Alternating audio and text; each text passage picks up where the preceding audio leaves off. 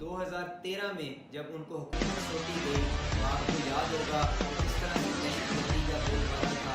12-12, 18-18 घंटे load shedding हो रही थी। और जब उनकी हुकूमत का इख्तिताम हुआ तो इस चीज़ के बावजूद कि 12 महीने के बाद से ही उनके खिलाफ साजिशें शुरू हो गई थी, उन्होंने इस बात को एक पुरअमन पाकिस्तान बना चुके थे कि इंटरनेट का जाल बिछ रहा था, नए एयरपोर्टों में काम हो रहा था, गली गली मोहल्ले मोहल्ले तरक्याती काम हो रहे थे।